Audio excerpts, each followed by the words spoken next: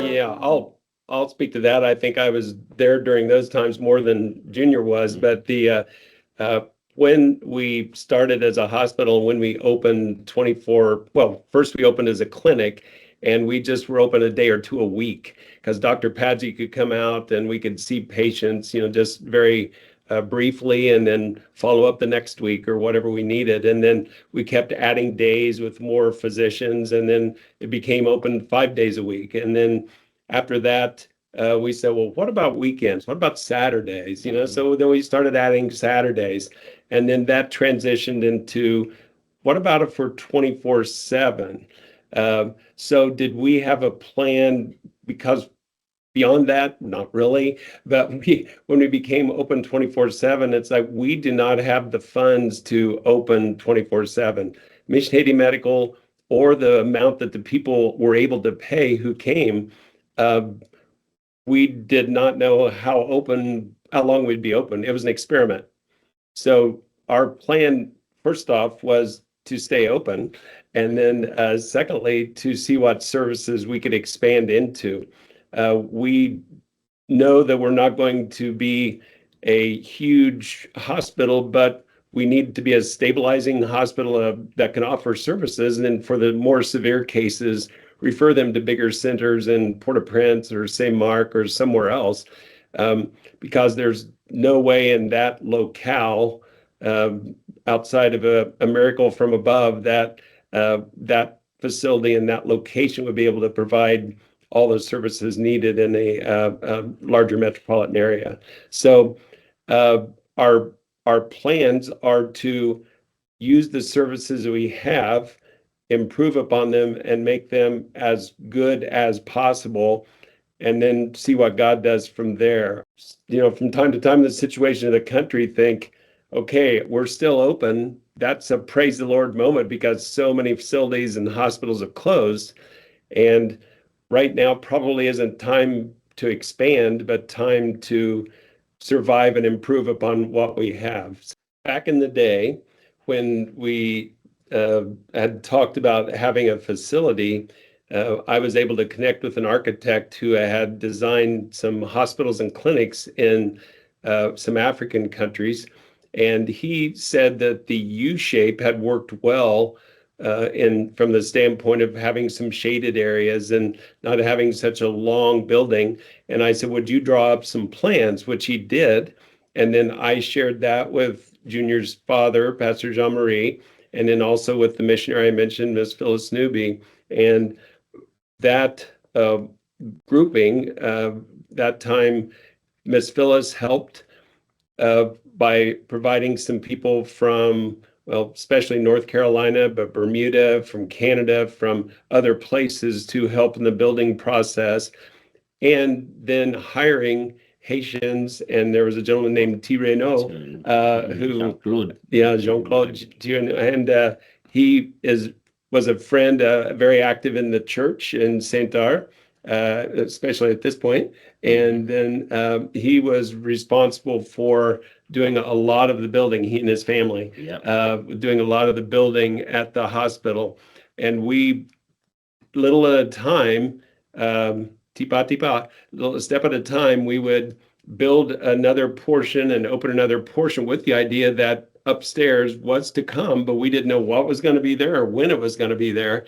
And so then we built on the second floor. Then on the areas on the second floor, we added what was a prosthetic lab, and we added some storage, and then our dental clinic upstairs, and then an eye clinic upstairs. And then we found, since we were 24/7, where the doctor's going to sleep and the nurses and the staff. So we added some places for the staff to live while they were there. And boy, what a blessing that's been, because now when they get to the hospital, they by necessity have to stay there till the roads are open and they can get home. And offices upstairs. So we still have some room for expansion upstairs. But right now, we're not sure is the time to expand, but the time to maintain until life settles down in Haiti, whenever that is. God alone knows. So we're continuing to utilize the second floor and the first floor but so many people have given so much from the time we started to now to allow the building to occur. And not only Haitian teams, but teams from across the world really have come in and done a small part. But it usually falls back into the lap of his dad or the people involved really intensely with the hospital there as far as where the next steps will be and what makes the most sense to go. Because I didn't grow up in the area. I'm not a Haitian. And so I have to rely on the understanding of the people in that area. What comments? I mean, it's not a comment. It's again like the importance of the hospital. Now, as you can see, Provide jobs. This is the point I was gonna get. Like the youth, because talking about the gangs that take over a lot of cities in Haiti. A lot of these people, they're young, like young kids. They were in college, they were in high school, like us. And so what I've seen, the staff that we have now working in Haiti, these young men, young women, they're all from Sena or they're all from the area, except for the doctors that are coming from Port-au-Prince. So what I'm trying to say is, I think if it wasn't for that hospital, so who knows who would they become? They could be one of those guys with guns. And then Sena, and then that's true statement. It's not coming from like it's not us saying that Sena could be one of the worst territory, just like Cité Soleil, just like and those are slums, yeah, basically. it could have been one of them, but if it wasn't for like the employment, like mostly the hospital, the school. So if we didn't have that hospital, and then people in the community saying that all the time, and then that's one of, I don't know if Dr. Matt knows that, but like we hear that, we know that, and that's one of the reasons why people in Sena or in Akaye in general, they committed to like if before any like gang, those gangs, because what they're doing is just taking over like cities by cities. They would have to kill all of them before they would let them touch Sena, just because of the hospital. Just because of the hospital. Can you imagine that? Just because of the hospital, they're saying that in order for these gangs to take control of Akaye or Sena, they would have to kill all of them because they would not let them touch the hospital because this hospital is too important for the community, and then not only for the community, for the country as well. So when you think about that, if you live in Haiti, so you realize that without this hospital, could have been worse. Sena could have been a place where like people with guns, and then could have been like a place where people cannot live. So we are really grateful for this part. So. Yeah, it was interesting too. Not long ago at Junior's house here in Indianapolis, there were some people who, for various reasons, have come to the U.S. to live and to work.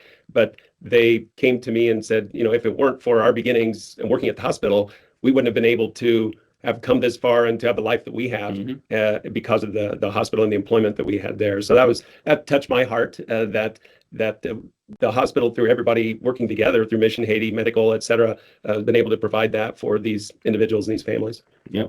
So it's not, this hospital is not only changing the community, it's changing people's life, it's changing everything about the community, everything about our town where we're from, and everything about the country. Because again, without that hospital, so we don't know, nobody knows what would happen to Akaye right now or Sena, because it's kind of like it's becoming kind of like the capital of Akaye. Nobody touches that, because without that hospital, my family wouldn't be surviving right now, because my husband or my wife or my husband or my cousin, my brother, this is where they're working at the hospital. And I don't even know how many people that if you think about from the beginning until now, so it's a lot of, and the people we've employed to build Yep. portions of the hospital, or electricians, Yep. or that kind of stuff. So that's made a difference. Praise the Lord for that. Yeah, So big difference.